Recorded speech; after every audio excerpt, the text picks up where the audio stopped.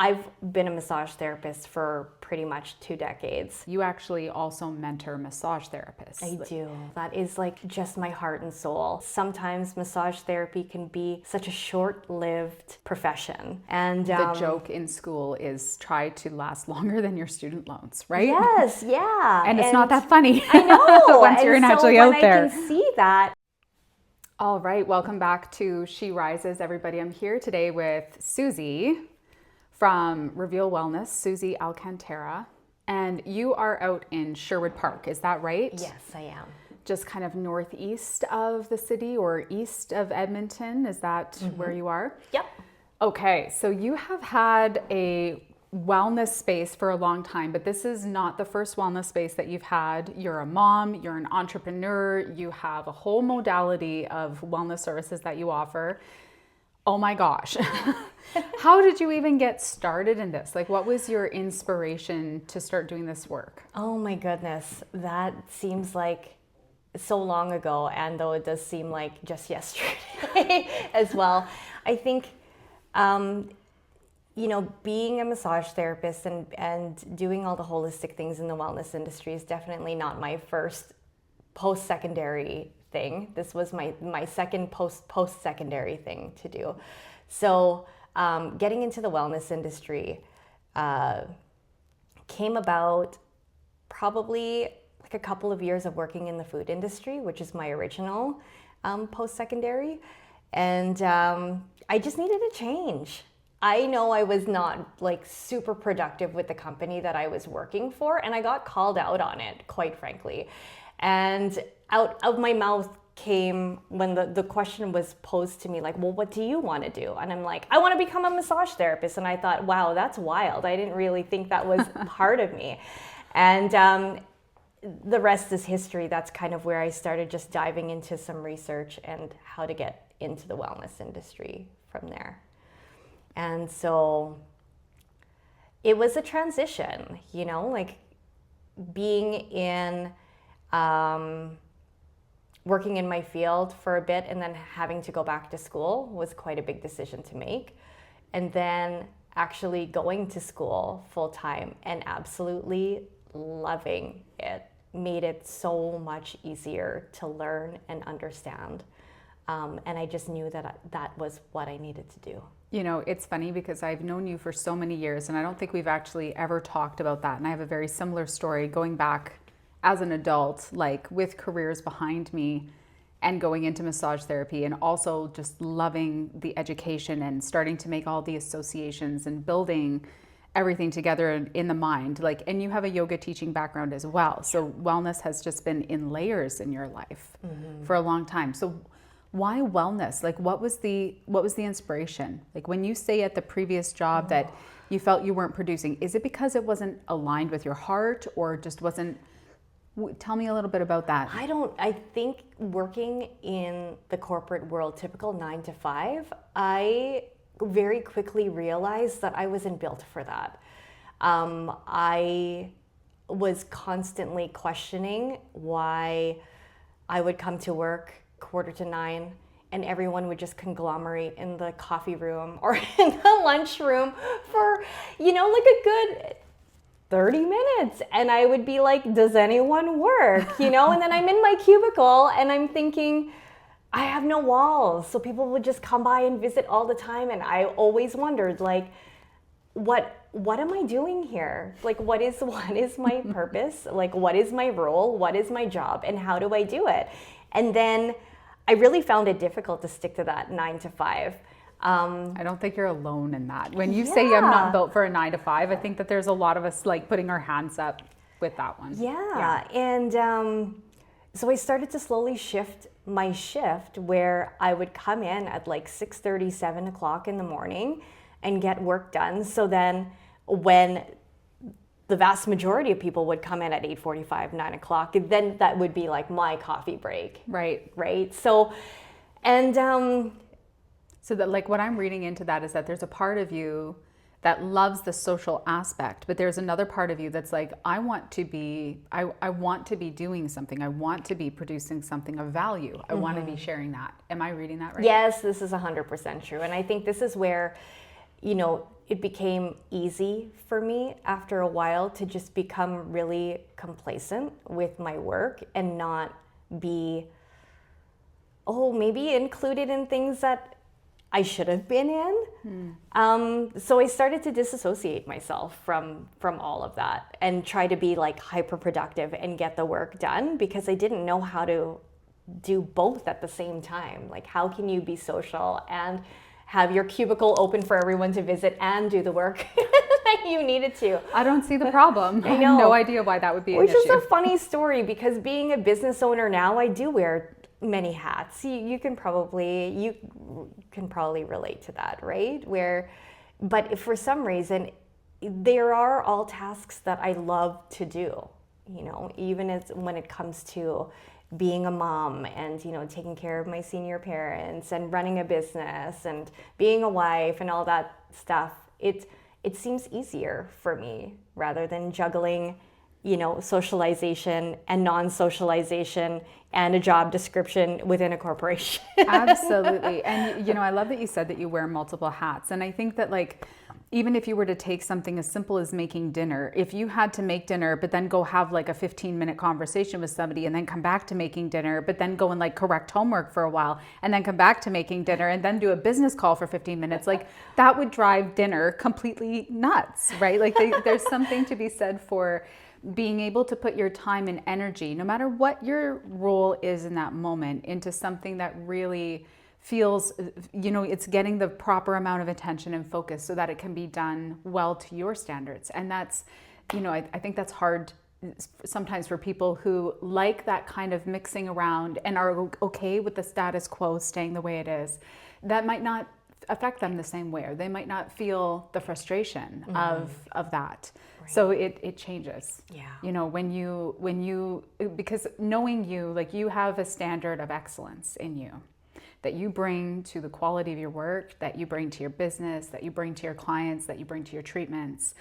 So compromising that, and I should also say that you bring to your family, so compromising that in any one of those areas, I could see you being not okay with that. Yeah, that's a difficult thing to do. I think sometimes that standard of excellence is a double-edged sword. Like, I need to know when I need to stop at the same time, right?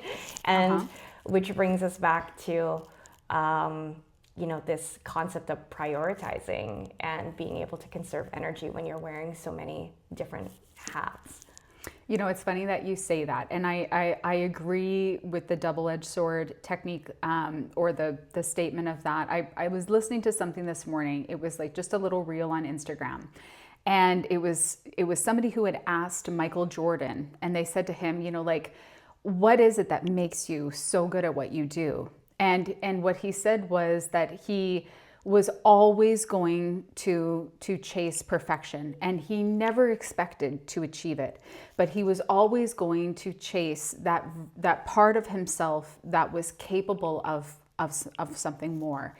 And then they asked Kobe Bryant the same thing, and they said, what makes you so excellent at basketball? What makes you so good? And he said, I will always go after perfection and excellence. I expect I will never achieve them, but it will always make me better than the person who's just looking for guarantees. And that hit me, because a lot of people are looking for like the guarantee. They're looking for the safe space. They're looking for everything to be okay.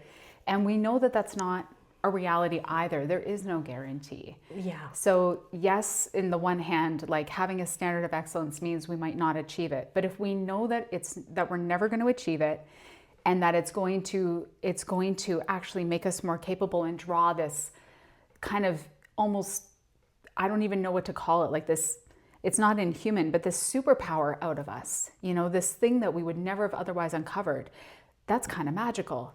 That's kind of amazing. And a lot of people don't go after that. They're not looking for that. Yeah. So there's like a balance between like the ease of being in comfort and finding good balance for yourself through healthy boundaries and knowing what your priorities are. And then there's also like having something that you want to offer and saying, I want to make this great. Like I don't just want to make it like everybody else. I want to make it great. Yeah, that sounds great. Like I think, one of the things that I work with people in the wellness industry, being a massage therapist and an embodiment coach, is allowing that space where people can see their expectations, but then let that go.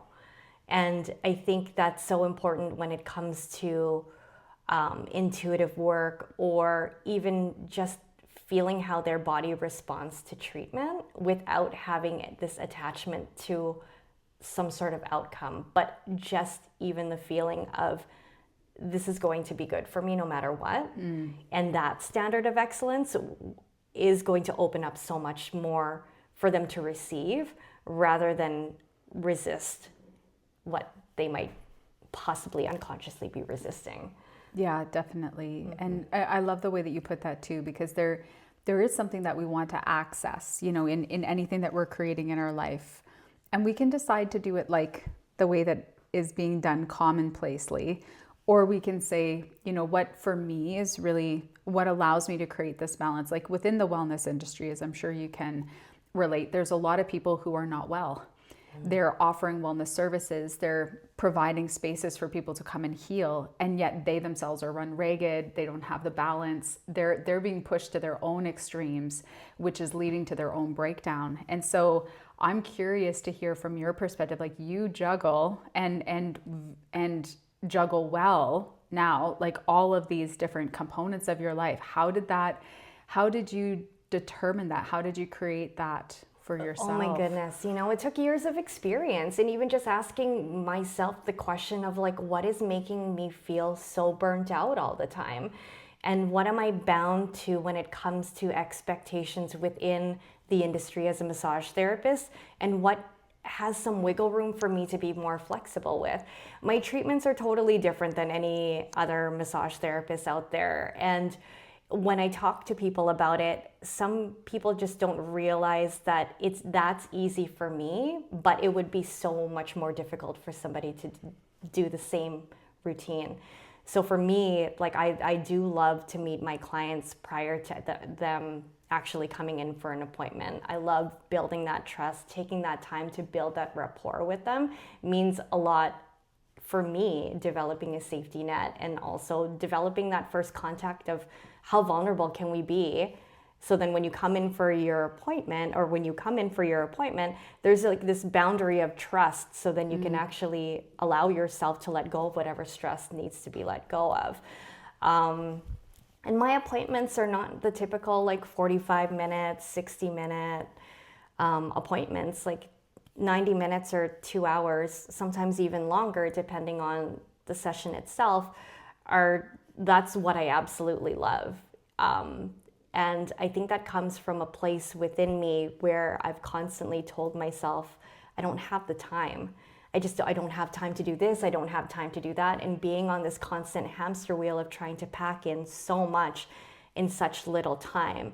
But the learning in all of that was when I was able to just break that expectation that I had to confine myself in a 45-minute or 60-minute session, and notice that I kept on going over my time anyways.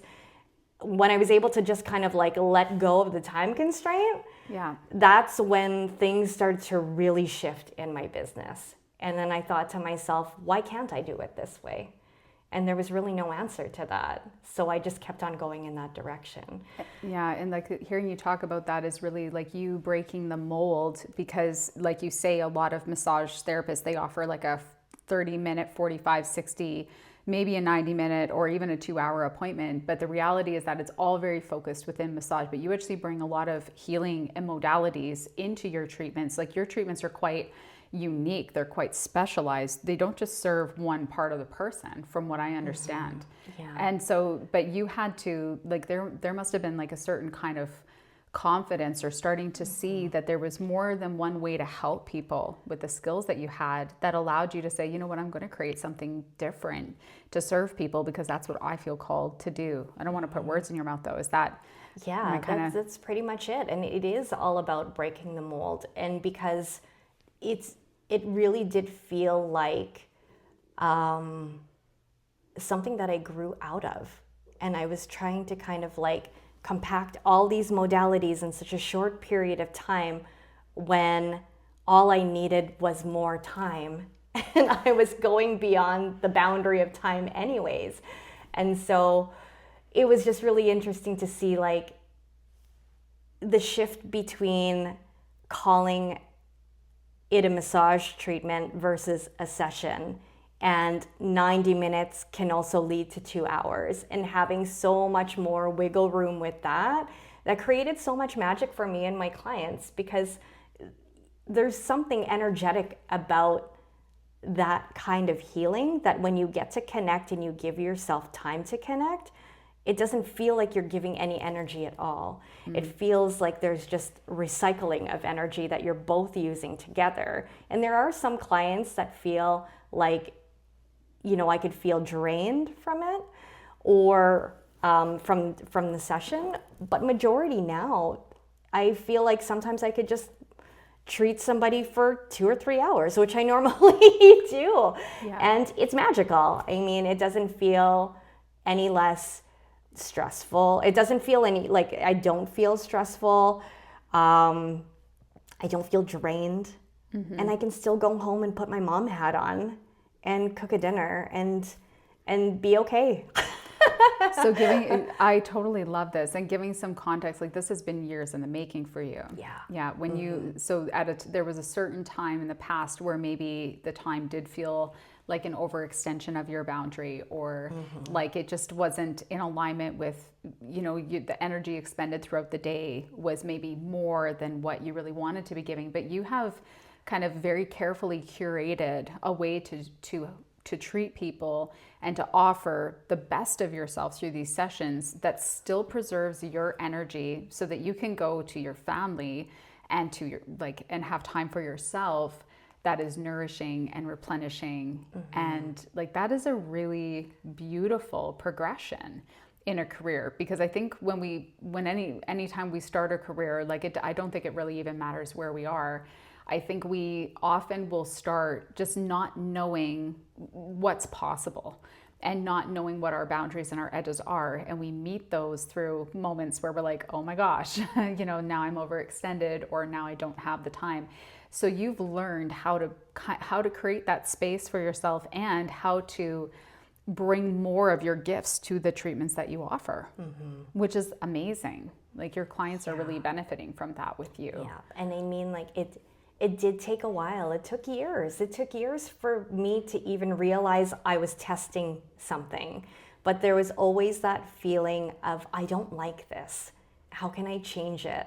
And then I would just make an agreement with myself to be like, okay, this client tomorrow, I'm just going to text them to just be like, hey, how much time do you have after your appointment? If you don't have to rush out to anywhere, let's just see what happens if we just extended an extra half hour and see what we can do with the time. Right.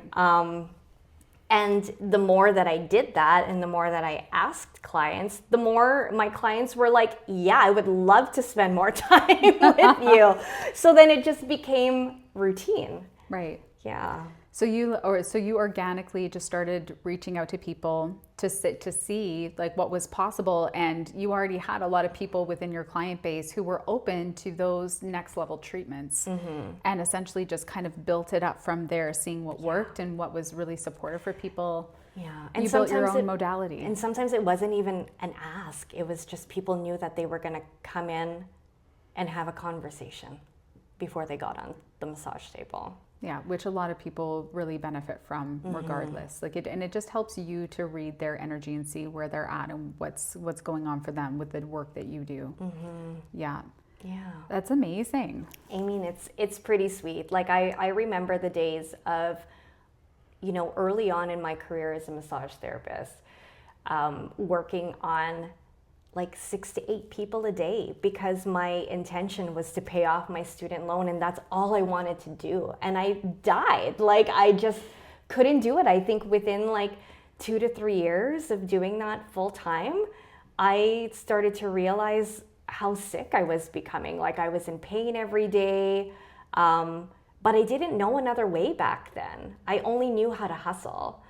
And every time I would try to like train myself to slow down, that was so much more nerve-wracking on my nervous system because I just didn't have that pathway yet to feel safe in slowing down. So it took a lot of trial and error. And, you know, I have to thank my kids for allowing me to actually really shift that direction to just really slow down and soak in those moments where it's just like, yeah, you can work a lot, or you're just going to repeat, you know, what my parents did for me, which they worked a lot and my grandparents took care of me. Right. And that was something that I didn't want to repeat. So it was like, how do I still bring an income to my household, provide for my family, and still feel like I have a good connection with my kids without feeling that mom guilt Right. over my shoulders. And just so people know, like back then you had a studio, like you had multiple therapists under you. There was like a whole shebang that you were guiding at that time. Before. So it wasn't just even you with your caseload. Like some people are massage therapists and they go into a business and they offer treatments, but you actually, like you were the owner, you were the founder, you were helping other people create their own client bases as well. That was a huge undertaking. Yeah. So for you, I mean, kudos for being able to shift that, because it's no small feat. And I think a lot of people wish that they knew how, but they, you know, like you said, you don't know how until you start doing it. But it feels to me, just from hearing you talk, that there was a couple of key things that might have happened where you said, you know what, I don't want this hustle culture anymore. The nervous system isn't feeling safe with slowing down. How did you bridge that gap? Like what were a couple of the things? I'm sure there's a lot of things, but was there anything that really stood out for you that helped you to navigate from this is the only way to, because a lot of times it's an all or nothing, right? It's like I can either hustle and have an income and have this business, or I can stop the hustle, but I'm going to lose my income, and you know, so it's not so cut and dry. What are your thoughts? I would say the biggest roadblock that allowed me to really shift was the big break that I had for not running a business because of COVID. And because I didn't have any work. I just put my mom hat on and homeschooled my kids. And that gave me a different sense of connection and a different viewpoint of how to observe business when the family seems well connected. And so it really shifted things for me, and it gave me the opportunity to say to myself, I want more time like this. So if that is the case, then when we open up post-COVID, then how am I going to make all of this square footage work, all of, you know, subcontractors and the whole 9 yards of managing a wellness facility? How am I going to make that work?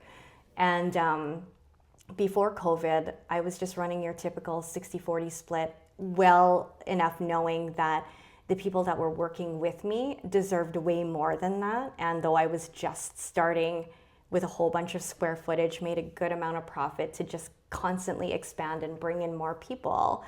And when COVID hit, that was like, oh no, like, what am I gonna do? Right. And it was such a good opportunity to just be like, have it in my face and just be like, I can change this up.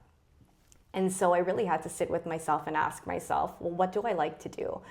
And what I didn't like to do was managing the business. What I love to do is work one-on-one with my clients. So if that was the case, then what is possible to give away my square footage? And that's when a whole bunch of opportunities for people who also needed to shift came in just to rent space. Wow. So then I became a landlord So, to help other practitioners rent space, which totally eased off on the management side of having a business.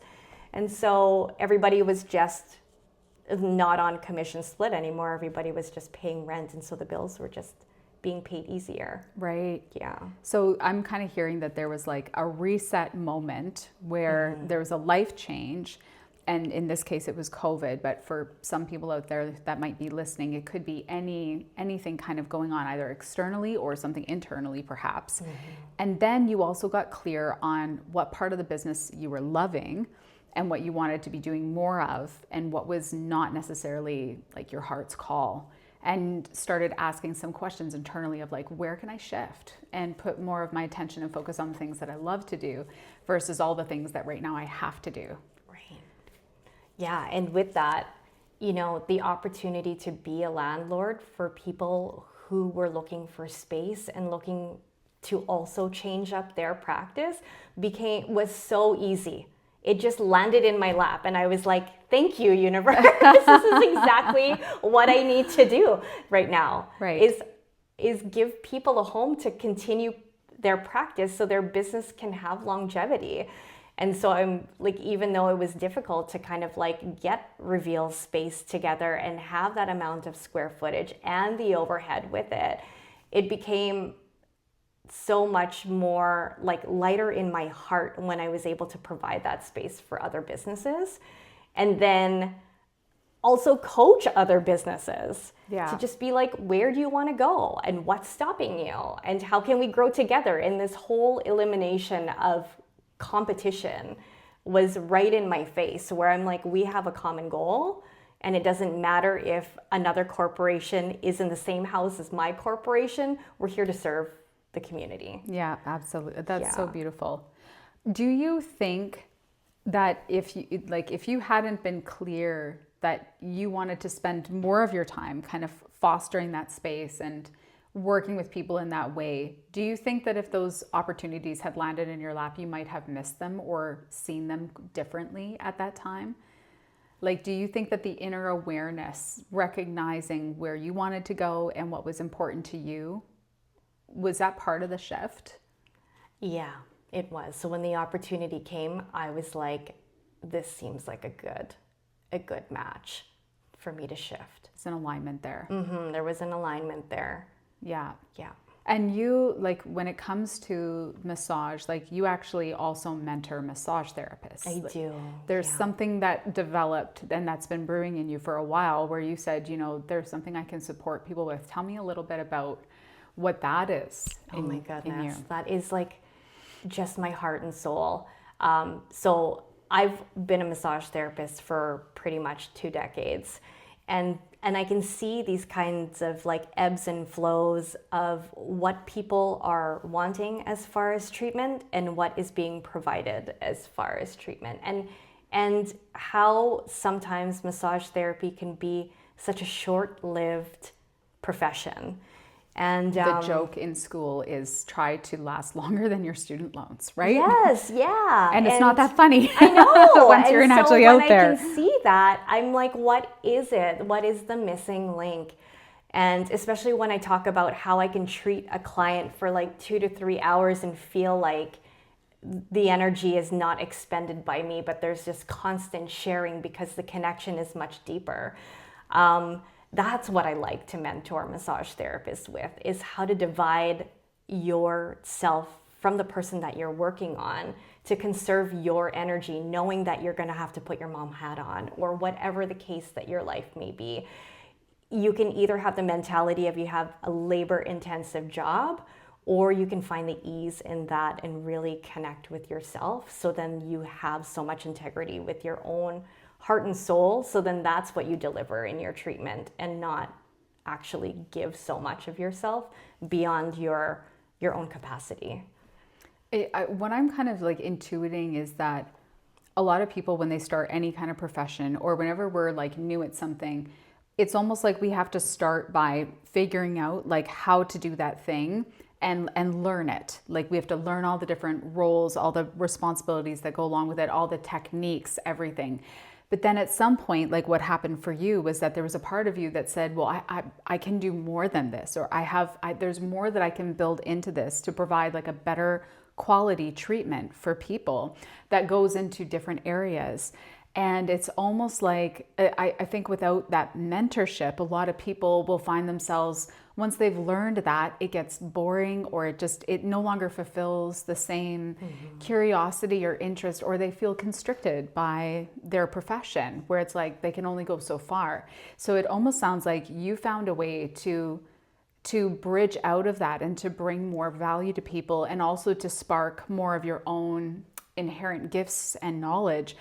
And now you do that for other people and help them to build their own practice and their modality and find out what is unique for them as well. Is that, am I kind of reading that right? Yeah, that's what I absolutely love to do. And it's about what I love to help massage therapists do is help them transition from either working in a clinic space where it's like a typical Monday to Friday where they've made that work for themselves and their family, and also growing that part of them that knows that they have a brand and they have a specialty, and bridging away from the whole, 45, 60-minute, 90-minute kind of sessions, but bundling everything into sessions. So then they get to play with their gifts with every client all the time, and also leverage their pricing from that and build a brand from it. And so working with practitioners to be able to bridge that gap of working in a clinic and building their brand I love that work.